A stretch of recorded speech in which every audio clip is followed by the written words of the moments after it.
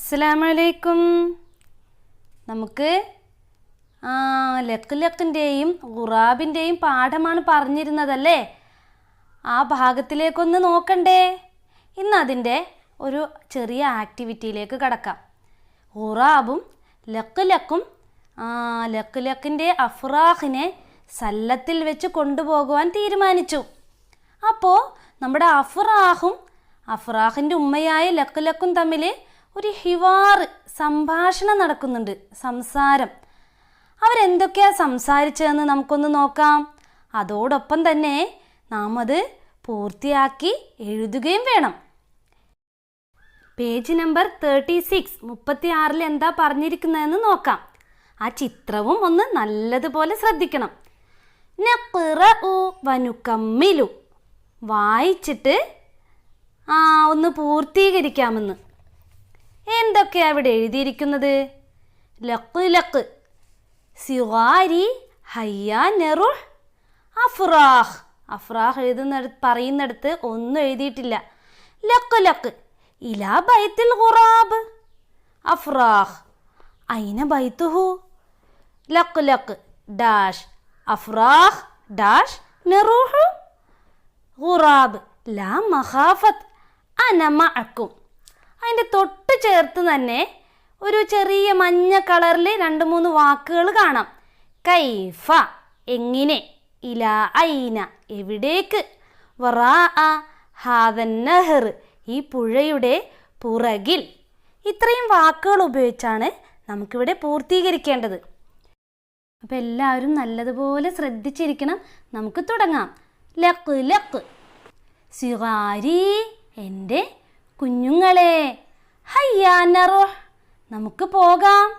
അപ്പം അഫ്രാഹ് dash luck ഇലാ ബൈത്തിൽ ഖുറാബ് എവിടേക്കാണ്?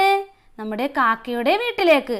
അഫ്രാഹ് ഐന ബൈത്തുഹു കാക്കയുടെ വീട് എവിടെയാണ്?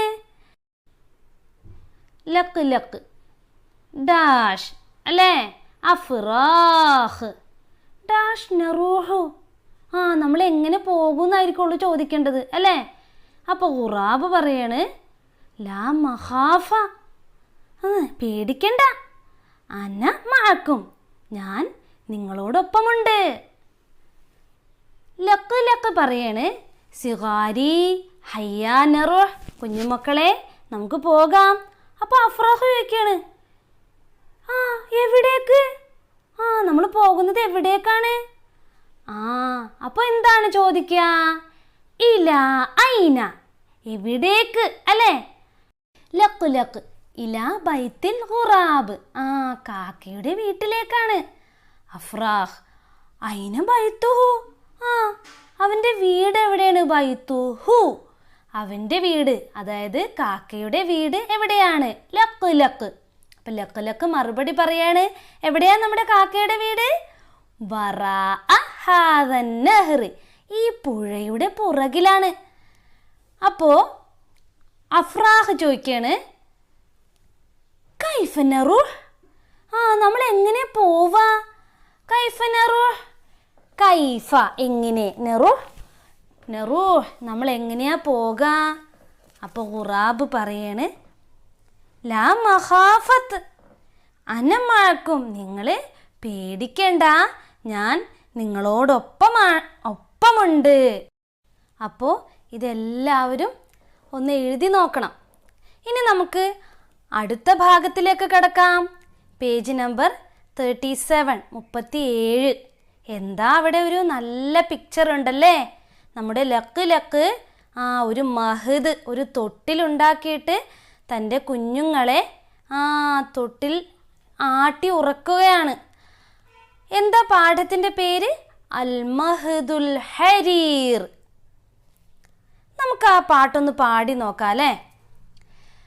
ഹസസ്തു സരീറ വഅൻതും സ്വഗീറുൻ ഫറഷ്തു ജൂഫൂനി ലിമഹദിൽ ഹരീർ സഹർത്തുൽ ലയാലി ജീവാര സരീ റഅയ്തു സ്വീഗാരി കബദിരിൽ മുനീർ ഹസസ്തു സരീറ വഅൻതും സ്വഗീറു. ഒരു തവണ കൂടി പാടി നോക്കാം. എല്ലാവരും ടീച്ചറിൻ്റെ കൂടെ ഒന്നിച്ചു പാടാം. ഹസസ്തു സരീറ വഅൻതും സ്വഗീറുൻ ഫറശ്തു ജൂഫൂനി ലിമഹദിൽ ഹരീർ സഹർതുൽ ലയാലി ജീവാര സരീറി റഅയ്തു സ്വീഗാരി കബദിരിൽ മുനീർ ഹസസ്തു സരീറ വഅൻതും സ്വഗീറു. നമ്മുടെ കാക്കയുടെ വീട്ടിലെത്തിയതിന് ശേഷം നമ്മുടെ ലക്ക് ലക്ക് തൊട്ടിലിട്ട് ആട്ടി ഉറക്കുന്നതാണ്.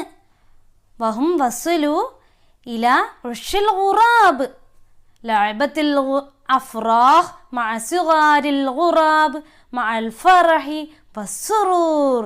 നമ്മുടെ കൊക്കിൻ്റെ കുഞ്ഞുങ്ങൾ കാക്കയുടെ കുഞ്ഞുങ്ങളുമായി സന്തോഷത്തിൽ ആടിയും പാടിയും ഒക്കെ കളി കഴിഞ്ഞു.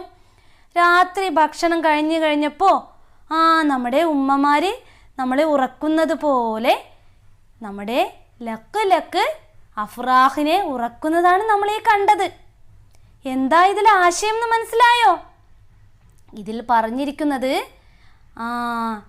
നിങ്ങളെ എൻ്റെ ചിറകുകൾ നിങ്ങൾക്ക് വേണ്ടി വിരിച്ചു തന്നുകൊണ്ട് നിങ്ങളെ പട്ടുതൊട്ടിൽ പോലെ അതിലിട്ട് ഞാൻ ആട്ടി ഉറക്കുകയാണ്. അതുപോലെ എന്താ പറഞ്ഞിരിക്കുന്നത്? കട്ടിലിൻ്റെ അടുത്ത് ഉറക്കമൊഴിച്ച് രാത്രി ഞാൻ നിങ്ങളെ ഉറക്കമൊഴിച്ച് നോക്കുകയായിരുന്നു. പിന്നെയോ പിന്നെ പറഞ്ഞിരിക്കുന്നതാണല്ലേ എൻ്റെ കുഞ്ഞുങ്ങളെ ഞാൻ ഇപ്പോൾ കണ്ടിട്ടുള്ളത് എങ്ങനെയാണ്?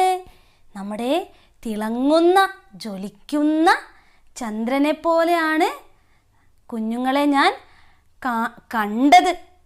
ഇതുപോലെ തന്നെയാണല്ലേ നമ്മുടെ മാതാപിതാക്കളും നമ്മളെ തൊട്ടിലൊക്കെ ഇട്ട് ആട്ടി ഉറക്കുന്നത്. അപ്പോൾ ഇതിൽ നിന്നും ഒരു മാതാവിൻ്റെ ഒരു മനസ്സാണ് നമ്മൾ കാണുന്നത്. അപ്പോൾ എല്ലാവരും ഈ പാട്ട് പല ട്യൂണുകളിലൊക്കെ പാടി ഒന്ന് നോക്കണം. അതുപോലെ ആക്ടിവിറ്റിയും ഒന്ന് ചെയ്ത് നോക്കണം. അപ്പോൾ മഅസ്സലാമ.